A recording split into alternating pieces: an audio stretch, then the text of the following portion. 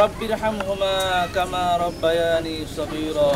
Milestone school ও কলেজের উপর বিমান ভূপতিতের ঘটনায় নিহত শিক্ষিকা মেহরিন চৌধুরীর সমাধিতে ফুলেল শ্রদ্ধা নিবেদন করেছে বাংলাদেশ বিমান বাহিনী। গতকাল সন্ধ্যায় বাংলাদেশ বিমান বাহিনীর গ্রুপ ক্যাপ্টেন মমিনুল ইসলামের নেতৃত্বে একটি প্রতিনিধি দল নীলফামারীর জলঢাকার বগুলা গাড়িতে প্রয়াত শিক্ষিকা মেহরিনের বাবার বাড়িতে হাজির হন। প্রয়াত মেহরিন চৌধুরীর স্বামী ও 2 সন্তান সহ স্বজনদের কাছে বিমান বাহিনীর পক্ষ থেকে সমবেদনা জানান। পরে মেহরিনের স্বামী, সন্তান, ভাই সহ স্বজনদের সাথে নিয়ে বগুলাগাড়ি স্কুল অ্যান্ড কলেজে সংলগ্ন কবরস্থানে সমাধিতে পুষ্পমাল্য অর্পণ করে শ্রদ্ধা জানায় ও তার রুহের মাগফিরাত কামনায় মোনাজাত করে বিমান বাহিনীর দলটি। গ্রুপ ক্যাপ্টেন মমিনুল ইসলাম বলে, মেহরিন চৌধুরী শুধু একজন শিক্ষকই নয়, তিনি একজন গর্বিত মা। তিনি নিজের জীবন দিয়ে শিক্ষার্থীদের জীবন রক্ষা করেছেন। তার এই আত্মত্যাগ চিরস্মরণে রাখবে বিমান বাহিনী।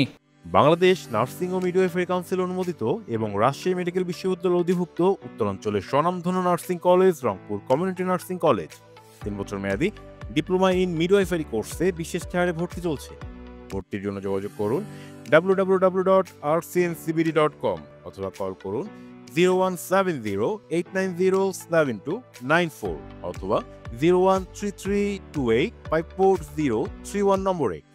রংপুরে গঙ্গোচর রোডে অবস্থিত Rangpur community nursing college nursing পেশার একটি বিশ্বস্ত ঠিকানা।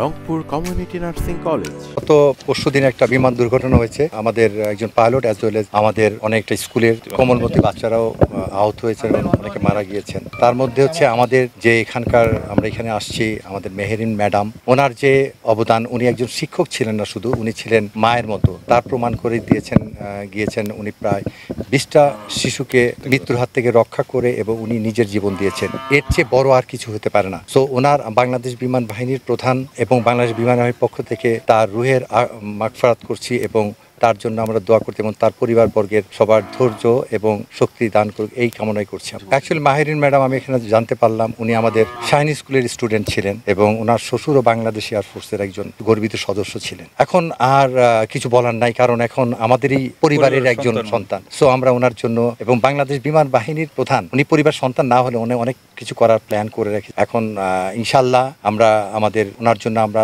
ওনাকে স্মরণ করে রাখার জন্য আমরা কিছু করব।